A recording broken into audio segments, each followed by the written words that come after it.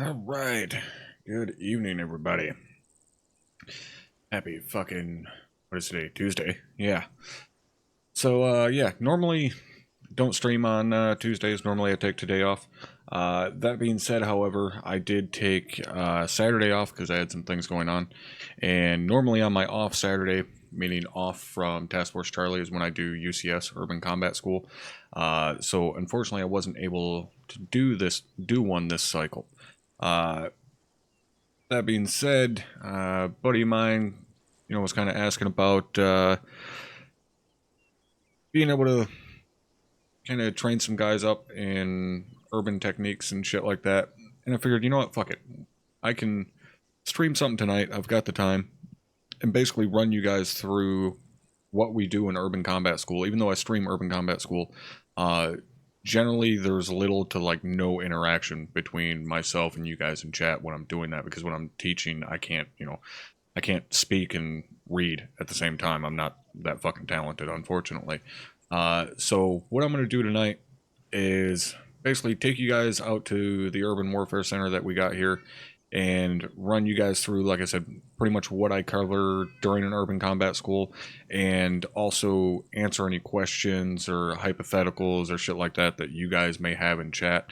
And yeah, hopefully some guys will get some shit out of it. I will be leaving this up as a VOD as well as putting it over on YouTube, so that guys can kind of go back and watch this if they, want a refresher on Urban Combat or shit like that. So, without further ado, I guess, let's get it bounced over to full screen and head out to the Urban Warfare Center.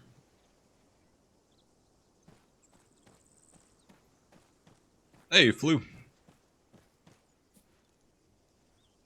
Alright, so here we are at the Urban Warfare Center. I will grab a rifle real quick, as I don't really need much to teach this. Let's grab a quick rifle and throw my laser pointer on there, mostly just to help you guys kind of see where I'm looking at oftentimes. There we go. Alright, hopefully you guys can see my laser right there. Should be able to. Alright, so firstly, Urban Warfare Center here, and I'll give you guys kind of an overhead view of it as well. For those of you guys that are in the unit, this template, the basic training template that's on all official servers, I forget the actual name of it, it should just be like training template or something like that. This is built into that template by default. So any of our official servers have this on the Altus training template. So you can come out here, you just use that same little green flag where you spawn in at, you can come out here. When you come inside the first building here, I've got a big shoot house set up in here. Now, as I said, this shoot house is fairly big. Some of the rooms in it are kind of small, not necessarily big enough. The room size isn't necessarily big enough to put a full team inside of, but the building size overall is. There's a lot of angles to cover, a lot of doors to cover and shit like that. So you can actually push through here and clear this entire building with 4 guys. I've done a video before on how to actually move through this building with a 4-man team, who should be covering where, so on and so forth. I'll get into a little bit of that tonight. Majority of what I'm going to be covering tonight, though, is how to actually move through an urban environment. Not necessarily how to kick in a door and clear a room. Clearing rooms are very, very fucking simple. Kick in a door, your 4 guys hit your marks, do your scans, and we'll, like I said, talk about that stuff a little bit. But that stuff is really the easiest part of urban combat. Getting through the door, hitting your marks, and clearing your sectors, that's the easy shit to do. Moving through a town is the more difficult thing to do. So that's primarily what we're going to be talking about tonight. But either way, I just wanted to show this to you guys real quick. And this shoot house is part of the MBG or MGB kill house pack, or whatever the fuck it's called. So if you have that pack, you can put this house down anywhere. I just put it inside this building because it's got these catwalks, so you can kind of get up here and observe. If you want to watch a team go through it, it's fairly handy. You can also build onto it and, have catwalks coming out over top of it if you want to really get in there and watch it from a top-down perspective. But we will head outside here where the real fun is.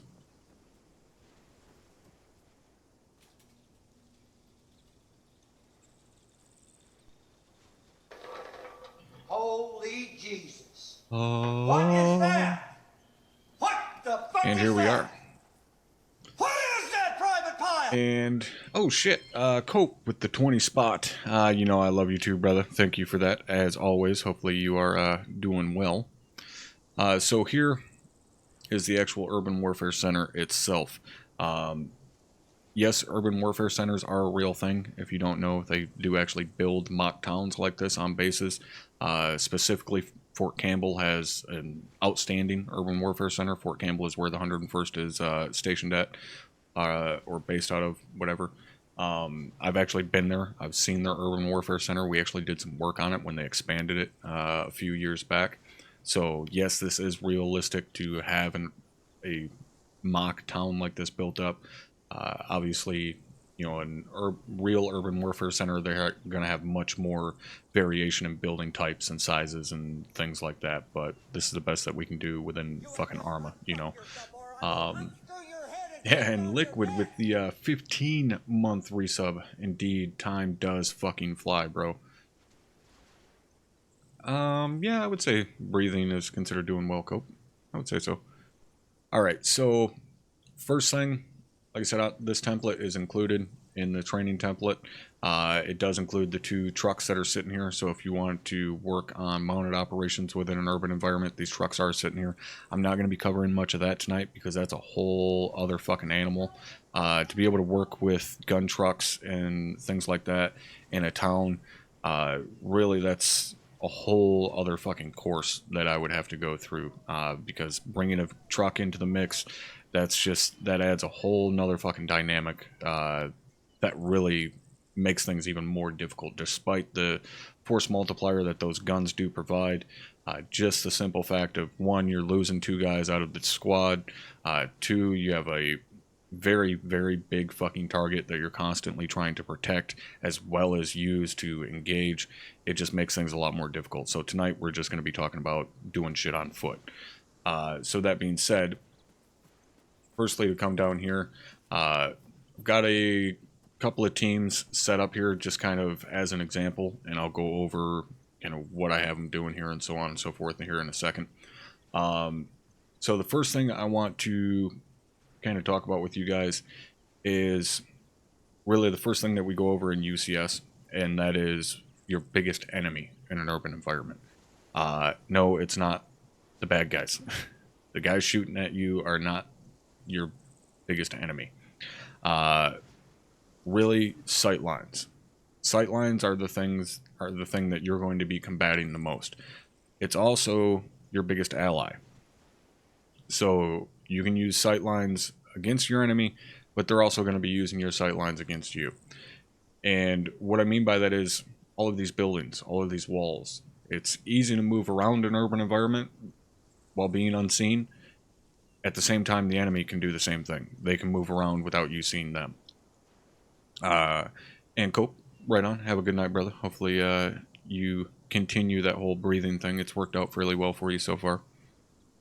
So sight lines are something that you constantly have to pay attention to. When you do get engaged, you want to do your absolute best to take advantage of what sight lines you have while putting your enemy at a disadvantage by using the same said sight lines. So first example I always give guys of that, if I'm with any size element, I don't care if it's a, platoon, team, squad, whatever. If we're moving down a roadway like this, my direction of travel is forward of where I'm facing, and down at, say, the far end of the road there happens to be a roadblock or something like that, and something starts opening up on us from that roadblock. We're just a position down there. Some guy pops out from around the corner down there with a PK machine gun or whatever. Something starts opening up on us. If we're set up like what you see here, these guys along the walls here in a file, as you should be, if you're set up like that, then that means anything engaging from my front has enfilading fire, basically meaning it can fire down your ranks. You're set up like dominoes for them. So your immediate reaction should always be to get to cover. If your first reaction, especially in an urban environment, is to shoot back, you're already dead. As soon as those rounds start going off, you should be ducking for cover. If you're not, you're doing it wrong. So we're, as I said, direction of travel down the road this way. In this situation, you know, we have these high walls. We're lucky enough that we use the enhanced movement mod, so we can actually jump these walls. So if I start getting engaged from down the front by a machine gun, I'm immediately going up and over top of this fucking wall and getting out of that fire. Now, some people may make the argument, well, you have no idea what's on the other side of that wall. There could be a guy sitting right on the other side of that wall with an AK-47, ready to shoot you as you're climbing the wall. You're completely helpless. That is 100% fucking true. You have no idea what's on the other side of that wall. There could be an entire fucking squad sitting on the other side of this wall. I do not know. What I do know, however, is that there is someone engaging me on this side of the wall. And if I stay here, the likelihood of me being hit is much higher than if I take the chance and hop the wall. So that's why oftentimes in operations and stuff, when we're in an urban environment, if you see me get engaged while I'm on a road, I immediately run off into an alley, hop a wall, whatever the fuck. Anything you have to do to get off that street. If that means you gotta blow the fucking windows out of a storefront with your weapon and run into the front of a store, do it. Whatever the hell it takes to get off of that street. So, now that we kind of have that covered, again, first reaction when getting shot at, find cover. You can't find cover, find concealment. Can't find concealment, then you hit the deck. But there's always cover available in an urban environment. Concealment is never really an option in a town. There is always cover available in a town. You may have to move a little bit to get to it, but there's always cover. So, next thing is, when in an urban environment like this, especially within ArmA, there's basically 3 rules that you're always going to follow. Yes, number 1 is always find fucking cover. Find, fix, flank, and eliminate. That's what you fall into next. So you get to cover, then you find the enemy, fix his position, flank him, and eliminate him. We'll go over that in a minute here. But there's basically 3 rules that you're always going to follow in an urban environment. Number 1 is take advantage of your sight lines. All right, we already talked about that. Use your sight lines against the enemy. Use his against him as well. A big part of that is not using fucking smoke. That's one of the things that pisses me off a lot, is guys in this situation here, like on this road, would deploy smoke and then say move into that little opening there, and then they'd peek out from that opening once the smoke is dissipated and then just get shot in the face. Smoke is going to work against you much, much more than it's ever going to work for you in an urban environment. You're much better off just moving behind buildings. So don't fucking use smoke. But rule number 1, take advantage of the sight lines. Number 2, anywhere your head goes, your weapon goes. What I mean by that is, yeah, you can free look around like this, that's fine. But when you're moving down a street, if I'm moving down the street in my file and I have my weapon lowered like this, and I see someone up on that rooftop pop out while I'm moving, now I have to turn, stop, and start engaging. Okay? If I'm just free looking, okay, so I'm moving along, I free look over there, then I see the guy look, now I have to turn off my free look, stop, turn, engage.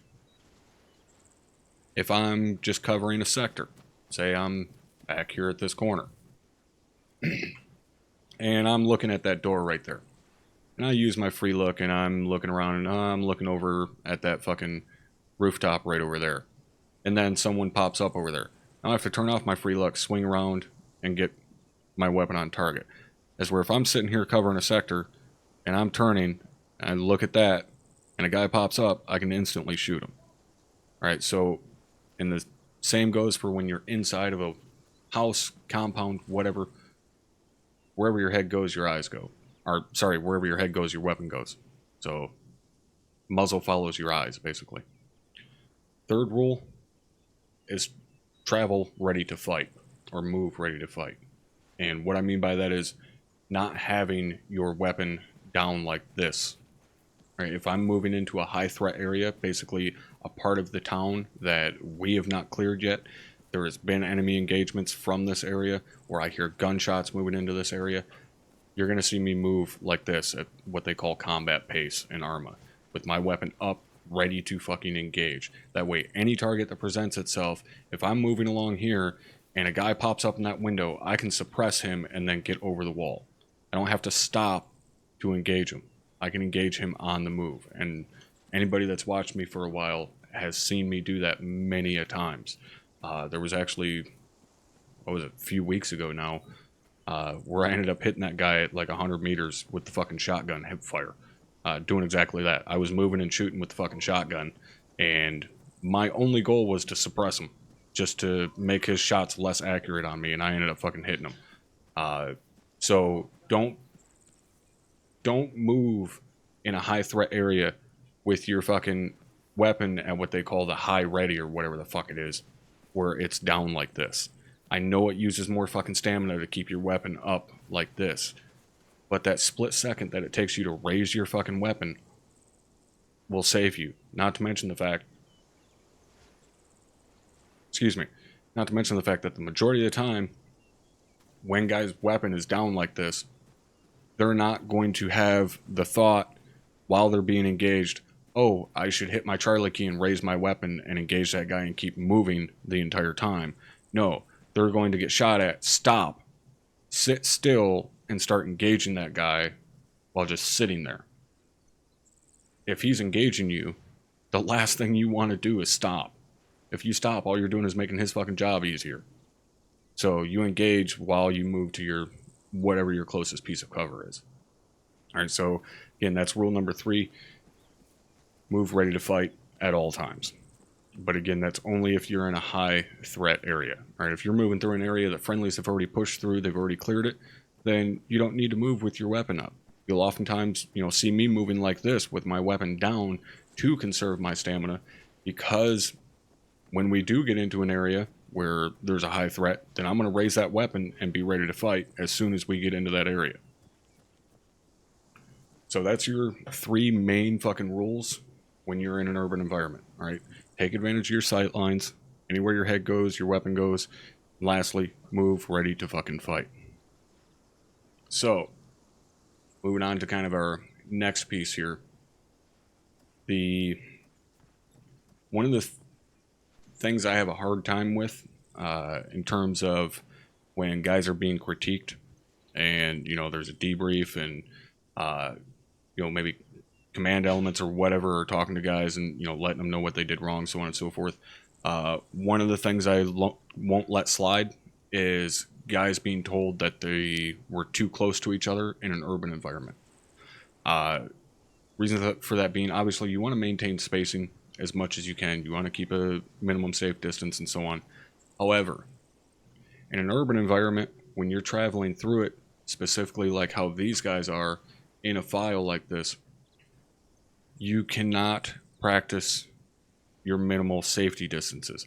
If you do that, then you're fucking over the guys in front of you. All right? If you're moving in a file, your point man's covering 12 o'clock. In this situation, this guy here in front of me on point with the AT4, he cannot cover his left. His sole purpose is to keep his eyes direct front. He cannot cover his left. That's why oftentimes when you hear me in an operation, when I take point, you'll hear me call out to the guy behind me which way I want him covering, whether I want him covering my left or my right, and I'll flat out tell him, hey, watch my right.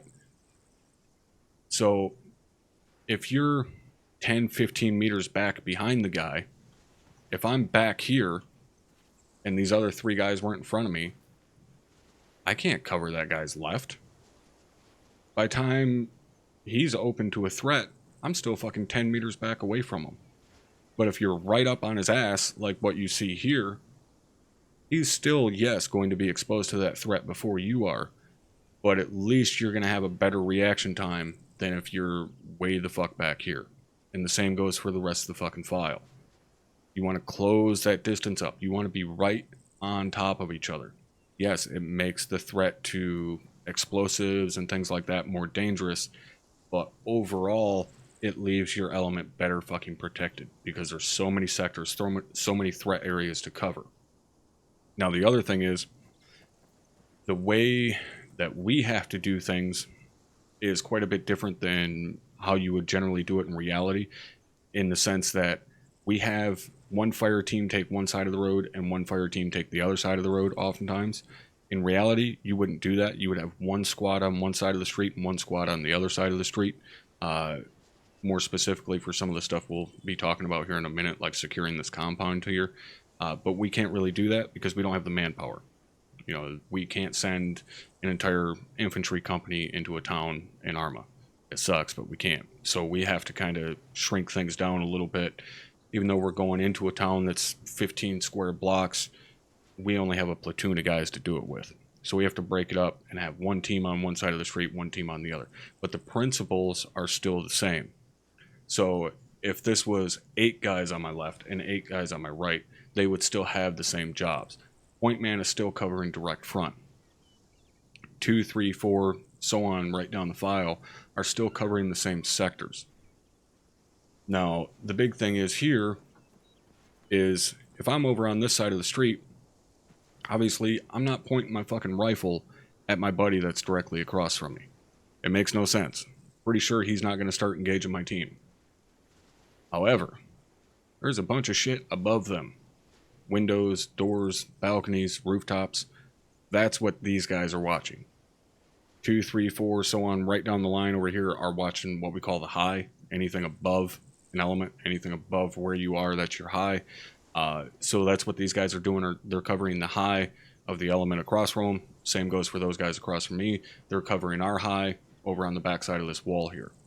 Now on a walled compound like this, a high isn't as big of a threat on your side. So say if there was someone up in those windows, they're not much of a threat to us on this side of the street. They're obviously a threat over to these guys. Now, when you're moving across like storefronts and things like that, where someone can step out the balcony and fire straight down on you or things like that, then your high directly above you is a little bit more dangerous to you. But again, you have an element that should be directly across the street from you, and they're covering your high. Now, the other thing that's very different for us is that we'll have multiple elements clearing at the same time. So for us, we would have this fire team on the right clearing this building and the fire team on the left clearing this building all at the same time. In reality, you wouldn't do that. You would have a squad over here push in and clear this building while these guys sit out here and providing security, covering. Once these guys have made the call that they're secure, then the guys on the left would push in, clear their side, they're secure. Both elements would push back out onto the street, push up to the next compound, rinse and repeat. The main reason for that being, if something happens to, say, this element on the right, if the building's rigged and they have an IED go off in there or something happens, these guys across the street are the closest element to them. They're going to need to move to them, secure that MCI, take care of anything that's going on, so on and so forth. If these guys are also clearing on the other side and they get into a fucking gunfight with somebody over there and they get decisively engaged where they can't move, these guys over here just got blowed the fuck up. There's nobody here to help. So that's why, in reality, you're not going to have 2 parallel elements clearing at the same time. We have to due to time and size constraints. So that's another big difference. Let me wet my whistle here.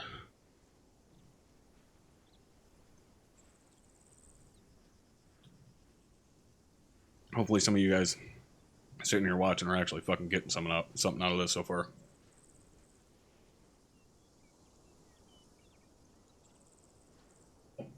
All right. So now we know kind of how to move down a street in a 4-man element like this, in a fire team, as we normally would. All right, so like I said, you're stacked up right on each other's ass. The thing you have to remember is point man more so than anything else, is that the point man dictates the tempo. So if the point man is moving with, you know, his weapon up like this, and he's moving at a walking pace for whatever reason, maybe that's just what that guy's fucking comfortable with, guess what? The entire fucking team is moving at a walking pace. If he's moving at a jogging pace like this, every fucking buddy else behind him better be keeping up with his ass. If he stops, the team stops. If he moves, the team moves. He dictates every fucking movement in terms of speed. If you need to stop, the team leader or the stack leader, whatever, he's going to make the commands of when you're going to move, when you're going to stop. And then it's on the point man to dictate when that action is actually going to happen. So if the team leader says short halt, everybody's not going to just stop. That's on the point man to decide when you're in a position that he feels is safe enough to halt. So if these guys right here were moving down the street and the team leader called short halt, and this team or this point man wanted to get past this opening before he halted, then he's going to push the team past this, and then he'll get up there and then he'll halt the team. It's not up to the team leader necessarily the exact fucking position you stop or when exactly you start moving. So that's how you're going to move in a 4-man stack or a 4-man file. Set up just like this tight together. Everybody covering their sectors. Point man's dictating the tempo. He's calling out threat areas that he may want special attention to. If I'm up here on point in position of this guy, and I think, you know, that fucking door on that rooftop, you know, looks a little fucking shifty up there, I'm going to tell my number 2 guy, because I can't keep an eye on it. I got to watch front. I'm going to, you know, yell back to number 2, hey, watch my fucking, you know, 10 o'clock high, watch that door 10 o'clock high. So he should be looking, all right, 10 o'clock high, there's my door, boom. And he's watching that while you're moving until it drops back to the number 3 guy. Then the number 3 guy picks it up, then number 4, so on and so forth, right down the file. So as point man, you're constantly calling that kind of shit out, where your high threat areas are, what you want covered, so on and so forth. Why would the saw gunner be at the back of the stack? That's kind of the traditional setup for it, for breaching. The reason for that being, if the point man is the rifleman and then number 3 is the grenadier, that's your natural buddy team within a fire team. So if you have 1 and 3 go into a building and then 2 and 4 are in the building as well, that means 2 and 4 is your team leader and your automatic rifleman, which is the other natural buddy team within an element. The only other way that you would really be able to do it and keep your buddy teams together inside the building or compound would be, say, putting the team leader on point and then having the AR as number 3, or putting the AR up on point and having the team leader as number 3, which is entirely doable. This is just kind of the cookie cutter approach to it. But as I tell guys all the time, whoever the fuck is best at the job, they do that job. If your AR is the best fucking point man, then put him on point. And if that means your number 2 is still your team leader, that's fine.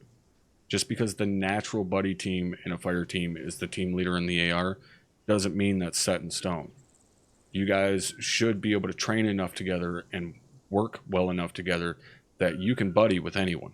I do it all the time as task force commander, or even when I'm filling in. If I come across a random guy that's getting ready to kick down a door and he doesn't have someone there with him, I hook up with him. Let's go. I'm your buddy now. We're breaching this fucking building together. I don't know who your buddy is. Don't care who he is. We all have the same training. Let's go. Let's get this job done.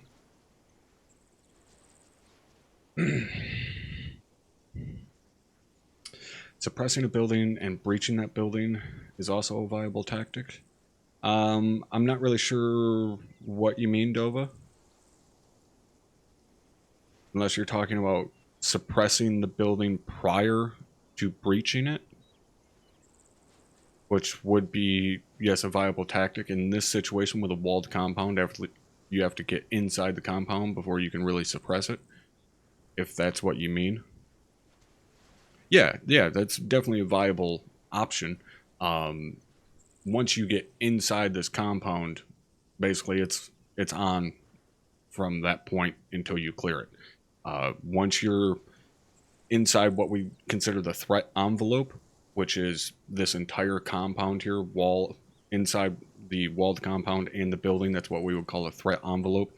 Once you're past this threshold, that's the point of no return. Once you're in there, it's fucking on like Donkey Kong until it's cleared. So, again, that's how you move in a 4-man stack. To move down here and show you guys a quick example of a 2-man setup. If for some reason you find yourself, you know, it's just you and your buddy, and you have to move on one side of the street, for some reason your other buddy team's over on the other side of the street for whatever fucking reason, this is how you're going to set up. You don't have, obviously, near as much rear security in this situation. If you stop, you know, your AR is going to spin around and cover your rear. But this is more vital to be able to cover the flank, the exposed flank of the point man. So all you're doing is lopping off number 3 and number 4 out of a 4-man file. 1 and 2 are still covering the exact same sectors, and it's still going to be the same way. Team leads are the point man, still going to be calling out what threat areas he wants covered, so on and so forth. Still the same setup. So let's move back here, and let's talk about actually breaching. All right. So breaching a compound is really the same as breaching a room. It's all the same shit. It's a big square or rectangle or whatever. It's got 4 corners and shit in the middle. It's all the same principles, just slightly different inside of a building because it's smaller, and sometimes there's, you know, 2 to 3, maybe 4 entry or exfil points that you have to keep an eye on.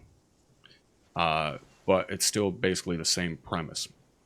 So when it comes to breaching, or we've talked many a times, or you guys have seen me many a times in OSUT talking about, you know, stacking up, pieing your corners, so on and so forth. I'm not going to go through all that shit, calling your sets and everything like that. I'm going to assume that you guys already know what the fuck it means to pie a corner, to engage and fall back to your stack, to relay information, and call your sets. Number 2 throws any throwable that you're going to be doing for a breach, and then so on and so forth. So I'm not going to be going over all of that. The one thing I will point out, however, especially when working in a 2-man element, which oftentimes you find yourself breaching buildings in a 2-man element, when your number 2 gets set up, I personally do not like doing one set, last man set for a 2-man element. It's a big fucking waste of time.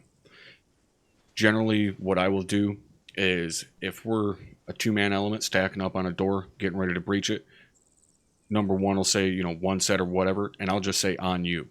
That lets him know I'm set up, I'm ready to go, movement is on you. As soon as he's moving, I'm on him. So I use that a lot. As soon as I'm on someone's 6, I'll say on you, and then we bust it. So kind of get in the habit of that makes things move a little bit quicker, a little bit smoother. Just you and one other guy, he's on point, he says he's set, on you, and then you go. So again, pie, check it all out, relay information, so on and so forth. Now I'm going to hop into Zeus here real quick, because obviously these guys aren't live, this is AI, so I have to kind of move them around to show you where they're going to be moving to. And actually, I'm not yet. So obviously, point man pies, if you're set up on the right side of this wall and I pie, I'm going to have the most amount of information about the left side of the room. Even though the gate is blocking my way, I'm still going to have the most information about the left side of this compound. So I'm still going to hook, which is why the majority of the time you'll see a point man in a team hook the entry wall, because that's where he has the least amount of information. So as a point man, it's your responsibility to go to the area that you have the least info on. So you're almost always going to hook your entry wall. So he's going to hook and come in.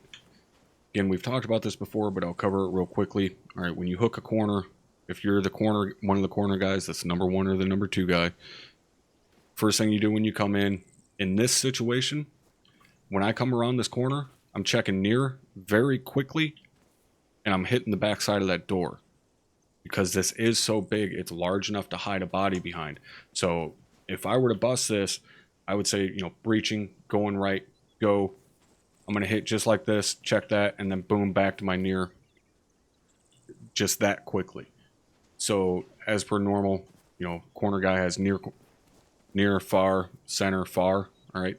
But where this is a little bit different is when I first come into this building, or this compound, I should say, obviously there's a building here in the way. I can clear my near, but I can't clear my far from my entry point while I move down my entry wall. So that means I have to move down the wall farther to clear that far corner. However, that's a corner there. Like I've told many of you guys before, you should be pieing every fucking corner before you walk around it. So me, as the number one, as I said, I'm going to come in, clear near, check the back of the door real quick, go back, near's good, and then I'm immediately going to lean out and clear my far just like this. I'm going to pie out around this corner. Once that far is clear, I'm going to keep bringing this across, and I should have my laser on, even though you probably can't really see it from that far. There we go. We'll zoom in so you guys can actually see where I'm looking. So I'll go over this again real quick. So I come in around the corner.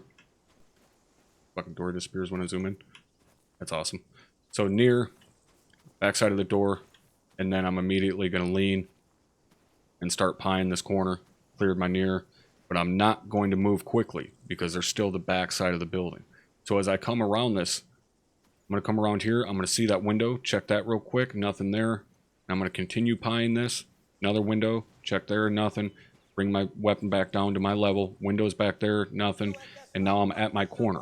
So now I've done my primary sweep, right, across the main shit.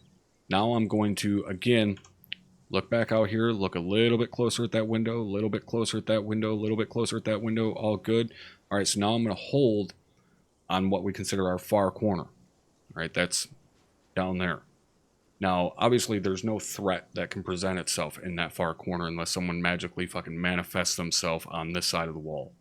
So I'm not actually going to be just sitting here staring at the corner. I'm going to hold my weapon right about here. My weapon hold is going to be right in between those two windows. That way, because the only spot a threat can present itself right now is in one of these two windows. So if either one of those windows has a target pop up in it, I can be on target pretty damn quickly. Now obviously, left one is a bigger threat because it's already open. I've got less time to react to it. That being said, that right window, those shutters open, I'm not immediately going to start firing.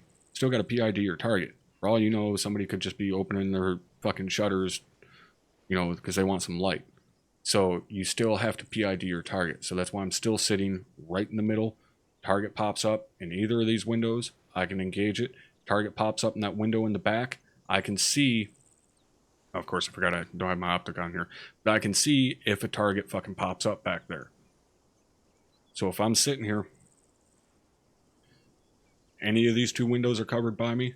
Those two windows are back there are slightly covered by me. That one is for sure. The one on the left, I'd have to lean a little bit, but I can at least relay that there's a threat there. So that's what I'm doing as the corner guy here.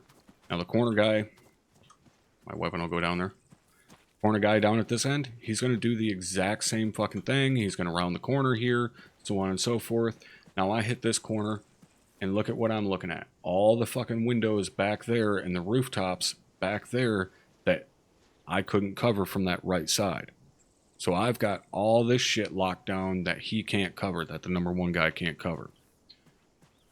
Now number three is going to come in and follow the point man, right? So I'm going to come in as number 3. I don't need to clear the near corner or behind the door. Number 1 already did that for me. I also don't need to clear the far corner because number 1's holding on the far corner. He's already there. Unless he gets engaged from there, then obviously I got to deal with shit. So if he's already pushing down the entry wall and he's cleared the threshold of this building right here and can see that far corner, all I got to do is look real quick. Yep, good. Boom. Now I can hold on my responsibility, which is the center of the compound, which is all these fucking doors and windows. So I can sit right here and cover the entire face of this fucking building from midway down my entry wall. My point man's 10 meters off my right here. I'm sitting here covering all of this on his left. Now I've also, if you'll notice, just off in my fucking peripheral here, got a little bit of that window. So if I wanted to, I could sit here just like this, and I can cover all of these doors and windows and the window across in the other compound. So I can sit just like this, and I've got this entire sector covered. Same goes for number 4. He's going to come in, and he'll be midway down his entry wall just like this, and he's got overlapping field of fire with me. He's got all of these fucking windows and doors covered. Alright, so now we've got all of this set up to then start our breach. Alright, and we'll show you how that kind of works here.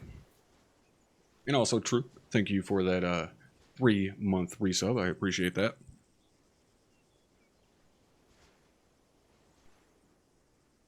Let me see. The guys covering the windows of the building of the compound are number 3 and number 4.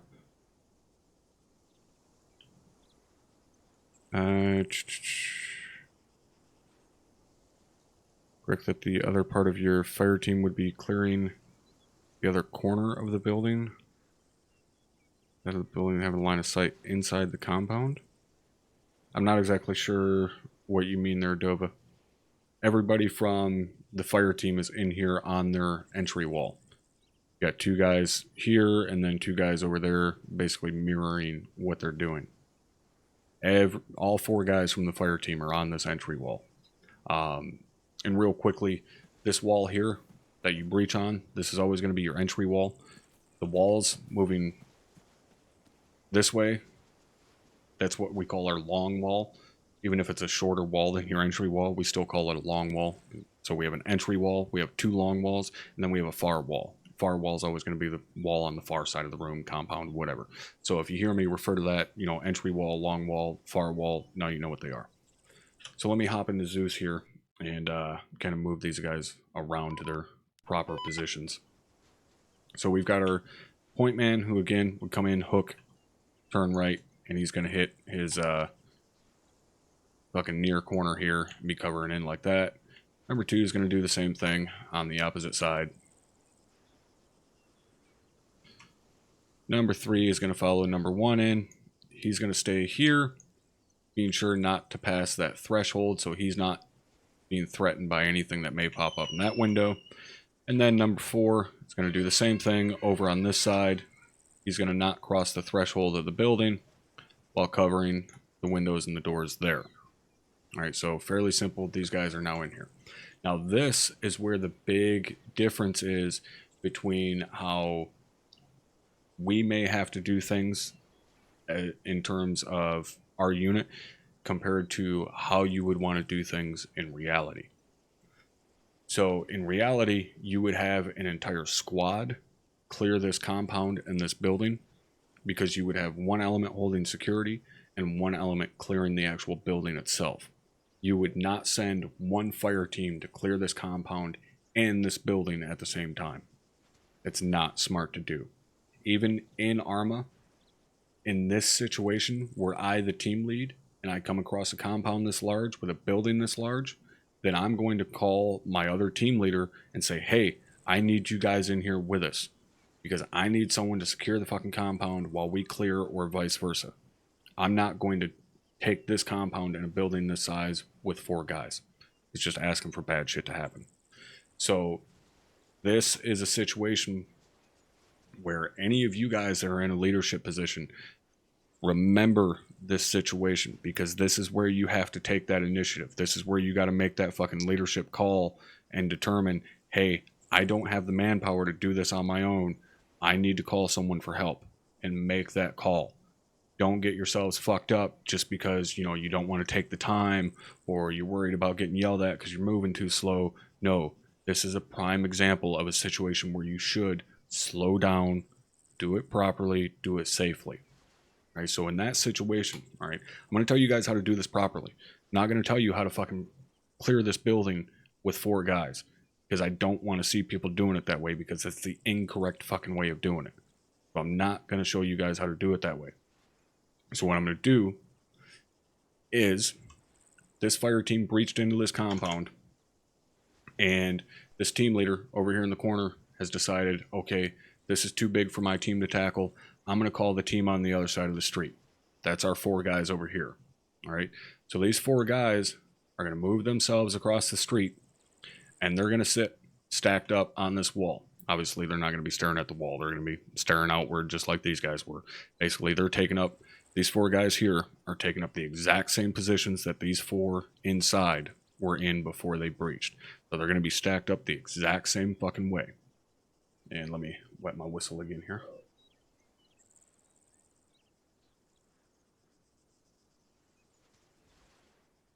So now what's going to happen is you have 2 options. These 4 guys that are on the entry wall need to get the fuck out of the way. They have to make room for the other team to push in here. So they have 2 ways of doing that. One, they can do kind of the way that we generally teach it, because it's the easy way to do it, and that is to move down your walls. So the call is going to come to push. Your corner guys are going to push up your long wall. 3 and 4 are going to push down the entry wall, just like this, until they hit the near corner, and then they're going to push up the long wall with the corner guys. So you're going to push up the long wall. If I was the corner guy, I would be pushing up here, clearing or covering my high, covering that entry. Then I'm going to pie this corner because I don't know what's on the back side of the building. All right, we're clear there. I'm going to keep moving down through here, covering my high. Now I've got the windows to cover. So now I hit this corner, and of course my camera's going to fucking clip through. But so now I'm in this corner, and I'm covering the entire back side of the building. My guy right behind me, my number 3, is going to be just off of me, covering that entry point. All right, so this isn't exactly ideal. This isn't the way I would like to see guys doing it. It's not quite as safe. You're pretty fucking exposed out here. The only other option you really have is to be further back here using this building for cover and covering all this stuff up here. But again, I'm not really too thrilled about it, because then you're still exposed to all the shit back there, and yeah. But basically, you'd have your corner elements pushed down here to your corners. They're then covering that way. Your other 2 guys are a few feet back off of them, covering your entry point there, as well as the stuff high on the back side of the team in the opposite corner. Not the greatest way to do it, but it can get it done. Now, the other way to do this is to push online with each other. This is what I prefer to do. It's a little bit more difficult to do, especially in ArmA, when you have guys that can't pay attention to the fucking pace at which they're moving and stupid shit like that. But with a lot of practice with the same guys over and over, it can work pretty well. Now, the way you would do that in this situation is your point man here, your corner guy, he's still going to push up his long wall just like this. Still going to fucking pie this corner over here just like before. And he's still going to push all the way out to that far corner there. The difference is going to be when he starts moving, number 3 here, and the same thing is being mirrored on the other side. I'm not going to go over both sides. They're doing the exact same fucking thing, just reversed. So number 3 here is going to push right along with him. So he's going to move parallel to him, right up along the side of the building, and then he's going to hold short right here. Reason he's holding short is because I don't want to round this fucking corner until my buddy over on the long wall has pied it and cleared the backside of this building. I'm not going to pie from here. Remember, when you pie something, the farther away from the wall you are, or the farther away from the corner that you're pieing, the better angle you're going to get. So I'm going to hold a few feet short off of my corner here, just like this. Let the guy on the long wall pie it. Once he lets me know that it's good, then I'm going to come up here, take this corner, hold my entry point there, and then I can sit here and I can even peek out a little bit more if I want and cover all of that entry point, some of those windows, those rooftops and stuff like that there. If we start getting engaged from out there, I can return fire from relative safety, or if I absolutely need to, boom, I'm back behind cover, I'm protected. Now you may think, well, you know, your right side is exposed, my high over there. Yes, but remember, there's another team or another two-man element over there. There's a guy on that corner, and that's exactly what he's covering is those windows. So then you have a guy in that corner covering the windows up here, guy in this corner covering the windows up here, guy in this corner covering the high there, guy in that corner covering the high here. So now you have the entire backside of this compound completely secure. There's no angle that a threat can pop up that can engage someone that can't be engaged by another member of the element. So that's your entry team, or your initial entry team. That's these guys here. They've pushed up, taken those positions. Now it's time to actually breach the compound. This is where it gets to be a little bit more of a pain in the dick. So I'm going to move these guys up into those positions real quick just to kind of move them out of the way. So again, this guy will be up here in this corner, covering like that. This guy will be on this corner, obviously taking a knee to provide as much cover as possible. This guy is going to be here, covering like that. And this guy is going to be here, covering back inwards like this. All right, so that's, again, our initial entry team. They're all set up and good. Now these guys are going to push in. Going to be the same gig. You guys are going to hit this corner. This guy's going to hit this corner. This guy's hitting here, midway down your entry. This guy's hitting here, midway down your entry. So now they're back in the same positions. Now there's also the factor that you got to work in of, for us, a squad leader and a squad medic. In reality, there is no squad medic. There's only a platoon medic, so it's actually only one guy. The squad is 9 people, not 10.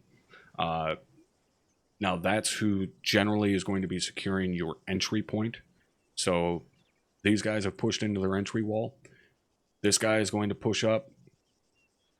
This guy is going to push up. So now these two are going to push on this side of the building at that fucking door. These guys are going to push on this side over here. Then we'll snag this guy real quick. This would be your squad leader. He's covering your entry point. For us, it would be a squad leader and a squad medic. So you've actually got overlapping fields of fire right there. So your entry is secure. Your exit is secure. You now have what we call a cordon. Nobody can engage from inside or outside this compound without being engaged by someone else. Now you're fully secure to actually be able to breach and clear the fucking building itself. Now, like I said, that's the fucking simple part. Getting in the building, clearing it, that's the fucking easy part.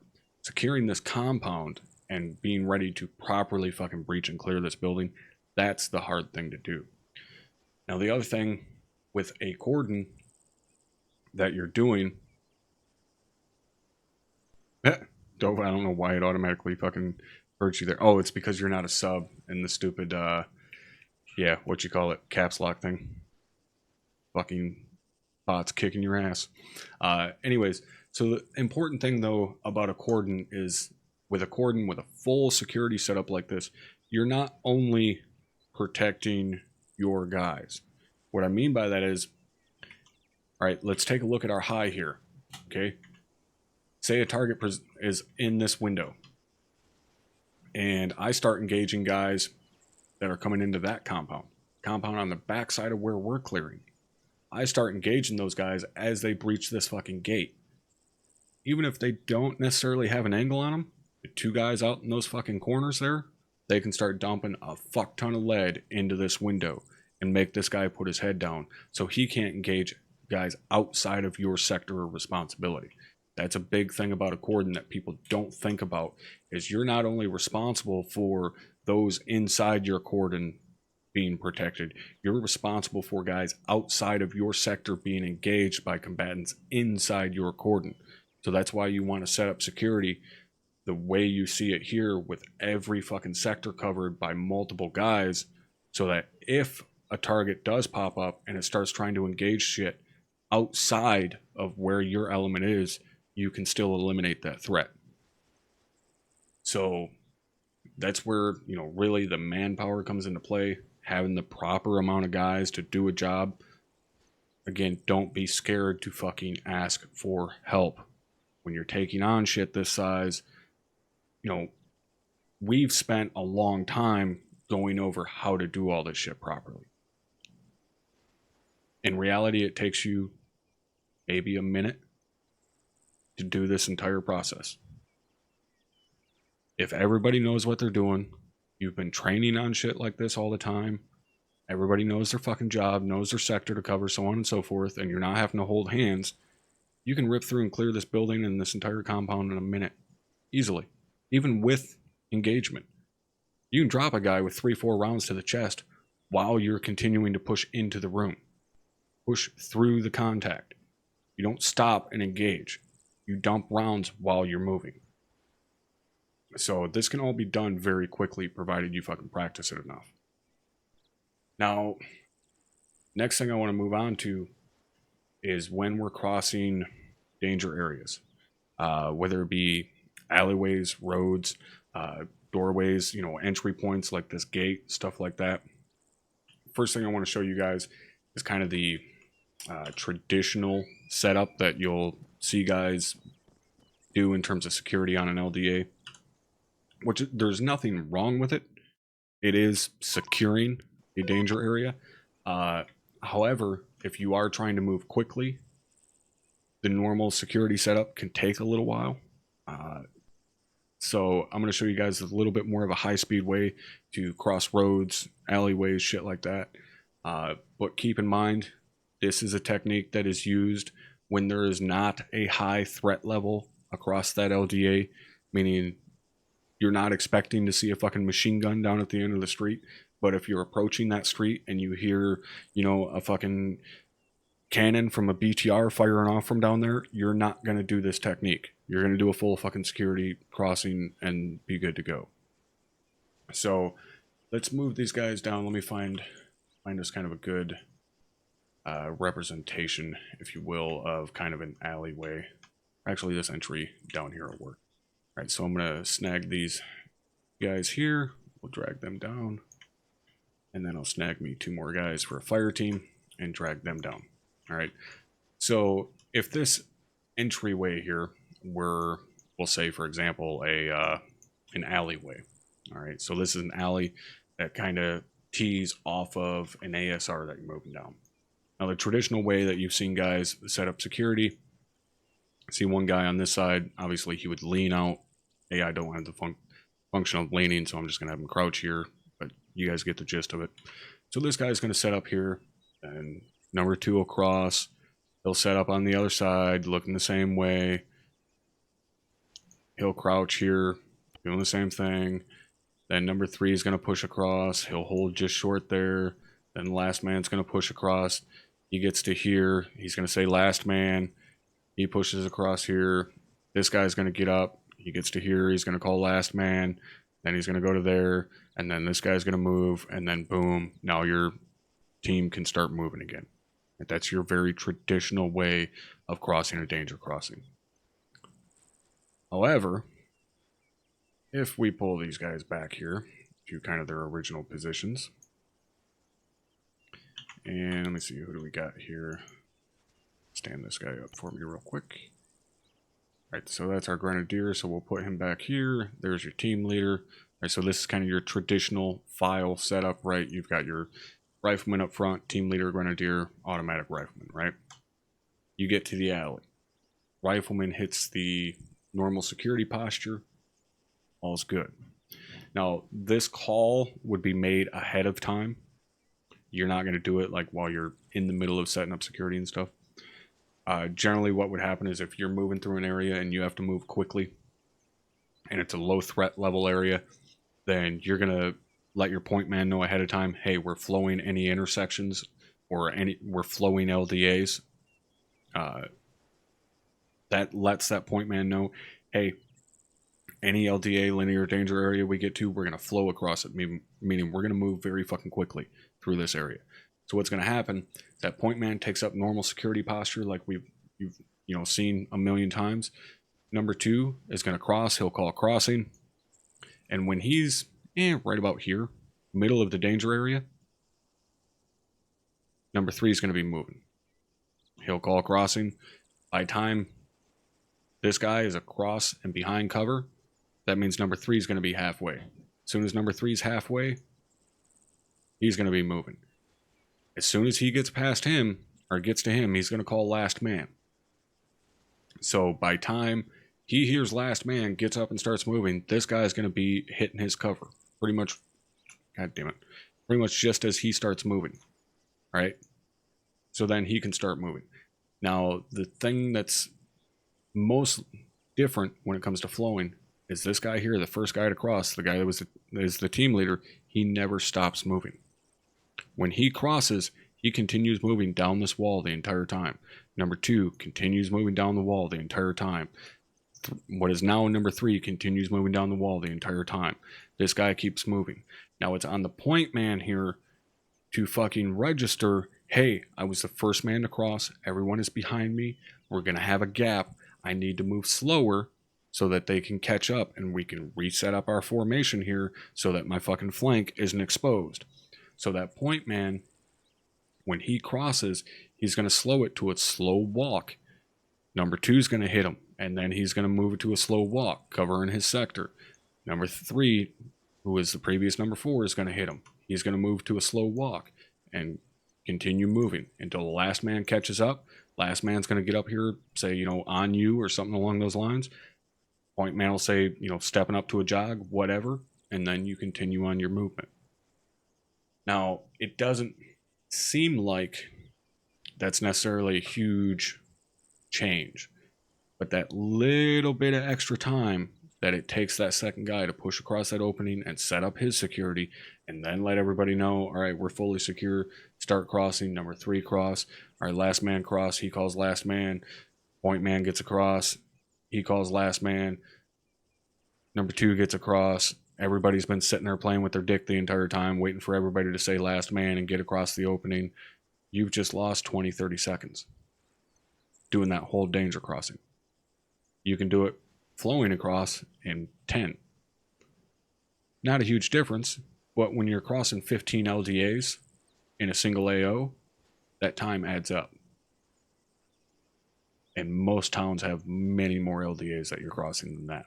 Granted, most guys fucking ignore them because they don't know what the fuck they're looking for, but still, it's just a way for you guys to move a little bit quicker, still be secure while you're moving, so that point man's not just fucking running past corners of buildings, getting shot in the side of the fucking head by some dude down an alley because he's not paying the fuck attention, which is what I was just talking about. Any of you guys that are up on point, if you just run by a fucking alley or an entryway like that, or a fucking archway into a walled compound, or a street, or whatever, if you just blindly run across that opening, you're fucking stupid. Stop doing it. It's the quickest way to get yourself fucking shot in the side of the head. Stop it. Stop it.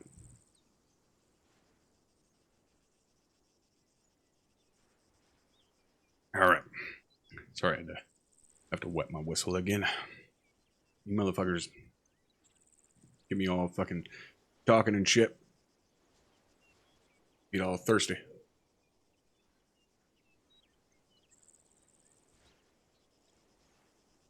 Alright. Now, on to the fun part. Or one of the fun parts, I should say. How do we secure an intersection? This is something that guys have a lot of fucking problem with for some reason or another. Not really sure why, but they do. So, what we're going to do here, we'll take a fire team down to the end of the street here. Helps if I go to the right spot. So, our direction of travel is direct front of where you're seeing now. We have to cross this other road. Right? We'll say it's a fucking MSR since it's a 4-lane, right? So we're traveling down this ASR. We have to cross the MSR at some point, but for now we're getting the order to secure this intersection. We'll say this is the primary intersection within a town that we've been told to move into and secure. We're going to secure this intersection here while guys clear, maybe some buildings behind us or something like that. Either way, we've been told to lock this shit down. Don't let anything past this MSR. All right. So how are we going to lock this fucking intersection down? Well, Generally, you do this with a squad size element. All right, so we'll pull 4 more guys down here. We'll grab our breach team down here, bring them down. All right, so we've got one team on one side of the road, one team on the other, right?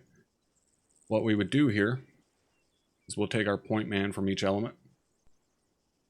He's going to secure the biggest threat area first, right? So he's going to push there, cover down the road that way. This guy's going to push over here, cover down the road this way. Again, obviously, you're going to be, making use of your lean functions and shit like that. All right, so now they've pretty much got those rough areas covered. Now your other guy's going to cross. He'll push across here. And he'll set up kind of the traditional security like we talked about before. Same thing over here. This guy's going to push across and set up here. Obviously, movement and shit like this, these guys are going to be moving, quicker than me explaining this step by step. All right. So those guys are across. Now their buddy is going to push across with them.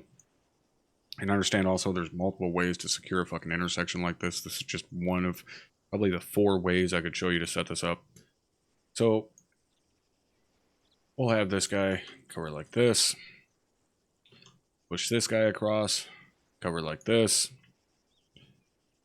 This guy sitting on his ass. Covering like this.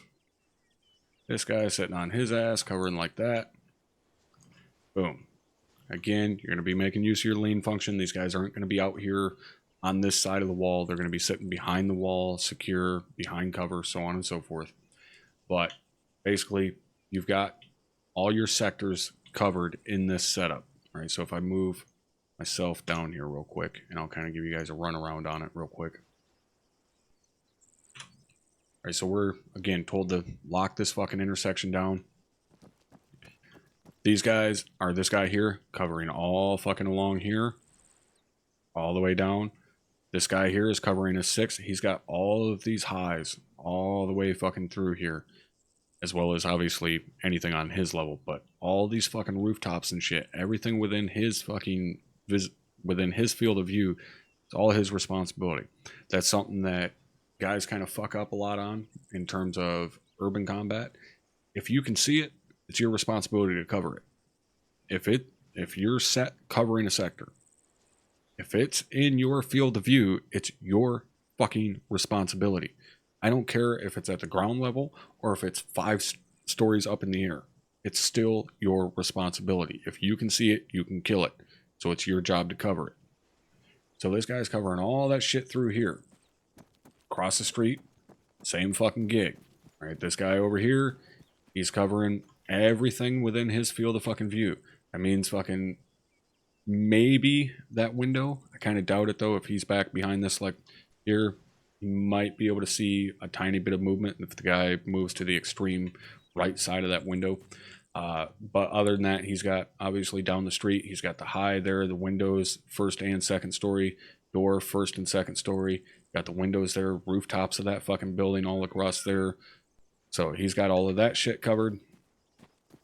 Guy across the street here, same gig. He's got everything down the street. He's got all the highs. He's got that door there, those windows, all of those fucking windows through there. This guy here down the street, he's got all these windows. He's also got this opening here that he's got to fucking watch, as well as the high, the rooftop of that building over there, because you can see that doorway across there. So there's rooftop access to that building, aside from the fact that it's flat, so that generally when you got a flat roof, that's kind of a telltale sign that there's rooftop access if it's a flat roof. So he's got a bunch of shit to secure there. Same gig for this guy here. All those windows, all that shit, all those openings and stuff. All right, so you guys can kind of start to understand really how big your sector of responsibility is.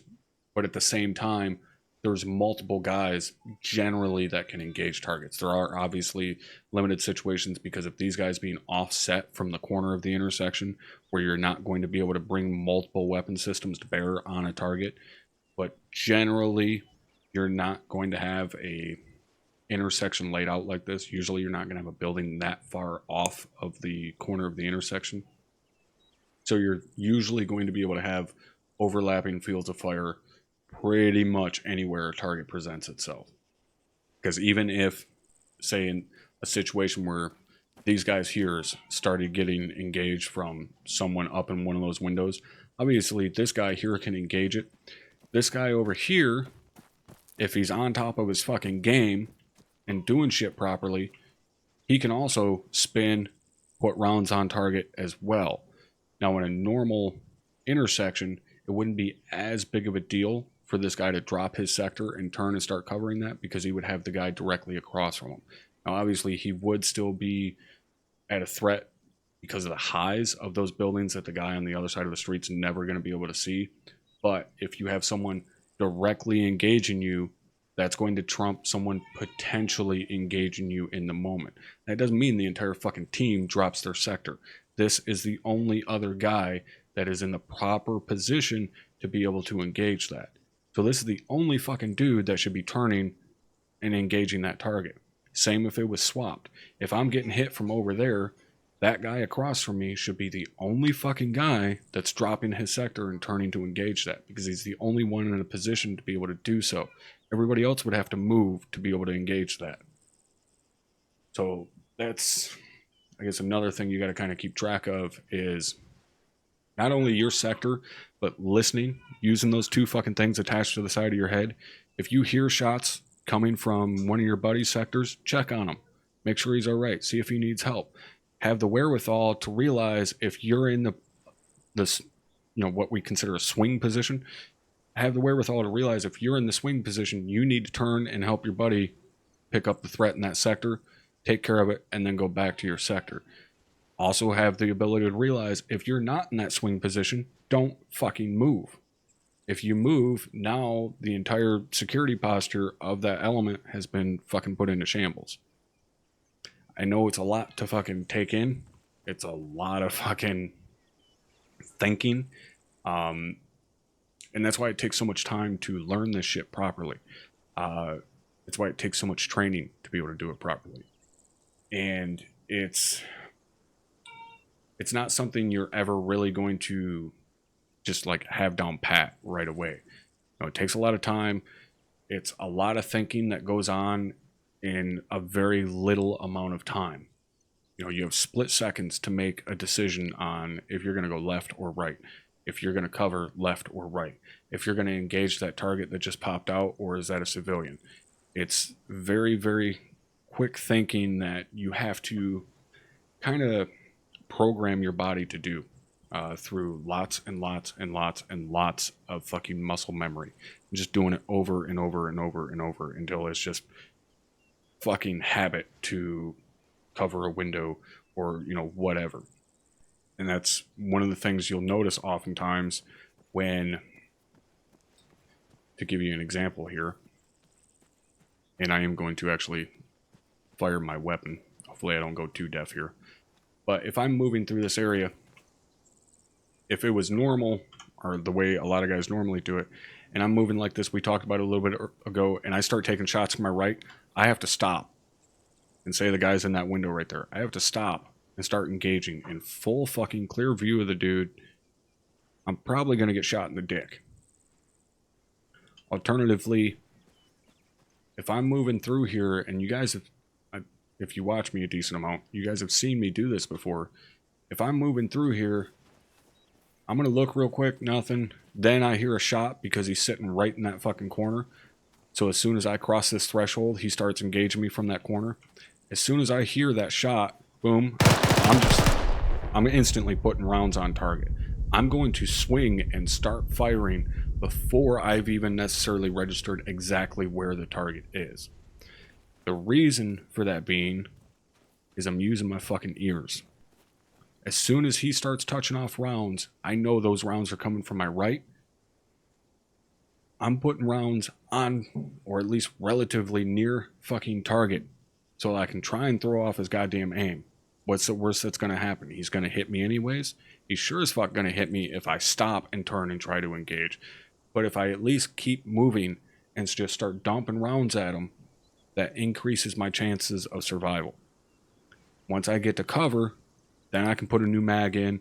Then we fall into find, fix, flank, eliminate, which is where a lot of times guys fall apart when it comes to urban combat.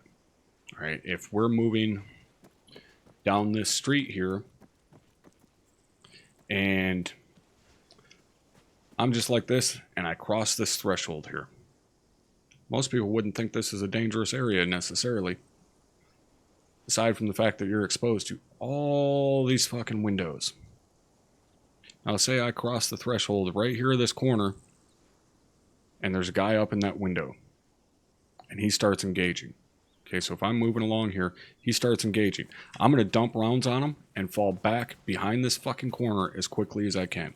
I'm not going to stop and aim and try and accurately engage him. I'm putting rounds in his general fucking area while I fall back to the window. Then what am I going to do? Most people are going to be a fucking idiot and they'll crouch and they'll come up here and then they'll peek the corner. And then they'll get shot in the face because the guy that's shooting at them from the fucking window already has this corner fixed. What I'm going to do is I'm going to fall back off the corner. I'm going to tell my team, fall back. We're going through this fucking gate. We open the gate. Clear, clear, good. He can't engage us from there. Guess what? We're moving through the fucking backyards. Now, remember, our general SOP is that we don't clear every building. So if we're not being engaged from these buildings, we have no reason to clear them. We can just push through these fucking yards. Obviously, if we get engaged, that story changes. But I'm going to start moving through these backyards. Clear, clear. All right, good. Yeah, we're good. And now we're on a building where I can pop out from and engage him. Am I going to pop out over here on the left side? No, because that's where he's already fucking looking. Because the corner I was on was to his right. So I'm going to pop out over fucking here, where he does not expect me to be. Again, take advantage of your sight lines. So I'm going to push that corner. I'm going to get to here. Boom. Now I shoot him in the fucking side of his head because he was not expecting me to pop out here. That's what I'm talking about when I say take advantage of your sight lines. Move through the backyards. Pop out where he is not expecting you. Find, fix, flank, eliminate. Flanking would not mean pushing up to this wall because it's a different wall than the one you were on and then popping out here because he's just going to fucking see you. That's exactly where he's looking anyways. Now granted, if he's smart, the second you pop back away from that wall, he's going to pick up and start scanning his normal sector again anyways and may possibly see you pop up over there. But you're still better off popping up over there than you are here or here.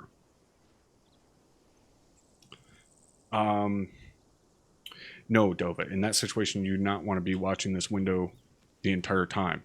What I would do, again, as point man, is I'm going to push up here, check it real quick, clear, and then continue moving.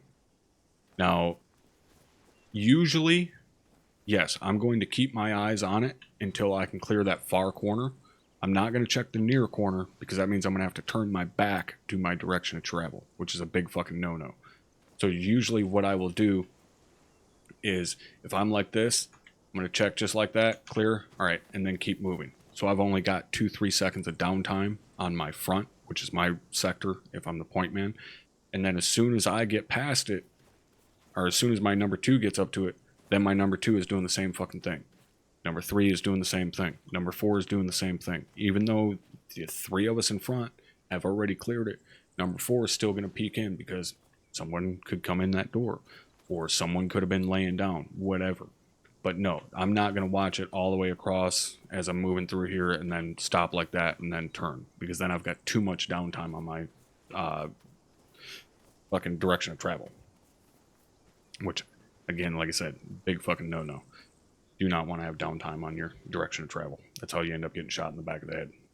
Or you end up walking out into the street and don't realize it because you're looking the wrong fucking way.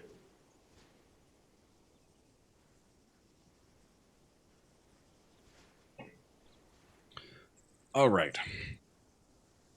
So that's pretty much going to wrap it up. If you guys do still have questions, please go ahead and ask now. Now is kind of the time to ask while I'm not running my cock holster nonstop here.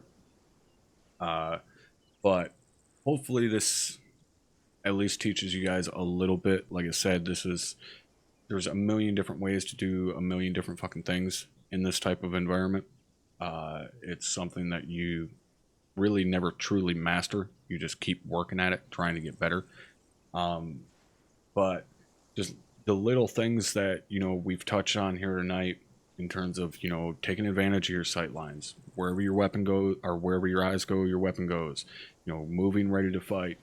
Things like that. Setting up proper security. Knowing whether or not you have the manpower to clear that building properly. Or if you have too many men to be clearing that building. If you need to leave some guys outside on security because you don't want fucking 8 dudes moving into a fucking single wide trailer. Shit like that. Those are the kind of little nuances, if you will, to CQC that you really need to be thinking about at all times. That's why I personally love CQC so much, because the entire time my mind is running at 1 billion fucking miles an hour, because I'm looking at all of this shit, taking all of these things into account in a matter of seconds, and I love it. It's like total fucking cranial workout the entire time you're in a town, and that's what makes it so goddamn fun. Also what makes it so dangerous, but for me, that's what makes it incredibly fun to do this kind of shit, is because your mind is just going at 1 billion miles an hour.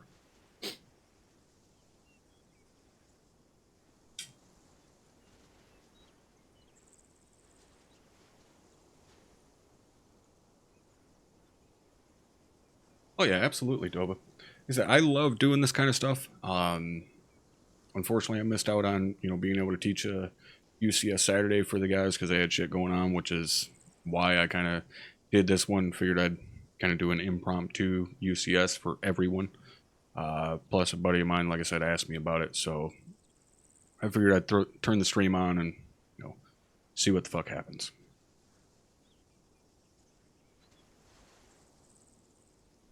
And eventually, one of these days, I'll end up doing something in terms of working with those big bastards, moving through a town, how to properly, you know, A, protect a vehicle, and B, implement the weapon system on the vehicle, and use it correctly and safely. But like I said, that's a whole another fucking animal.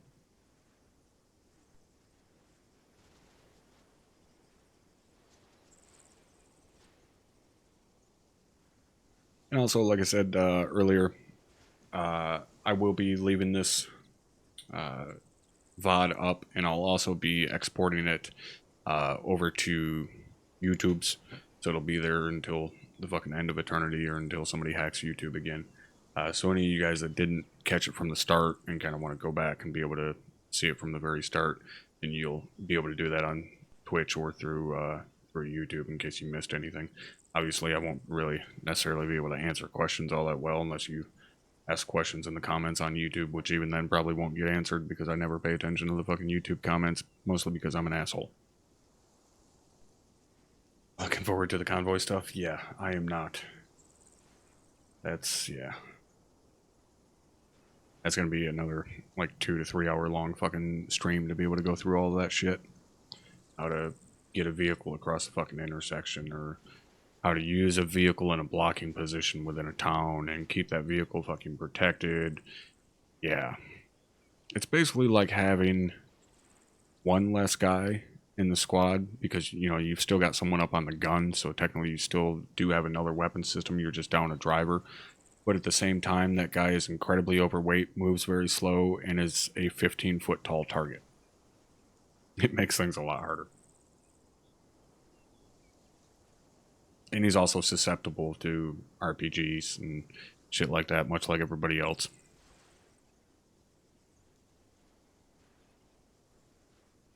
But I think that is going to wrap it up. You guys don't seem to have too many questions.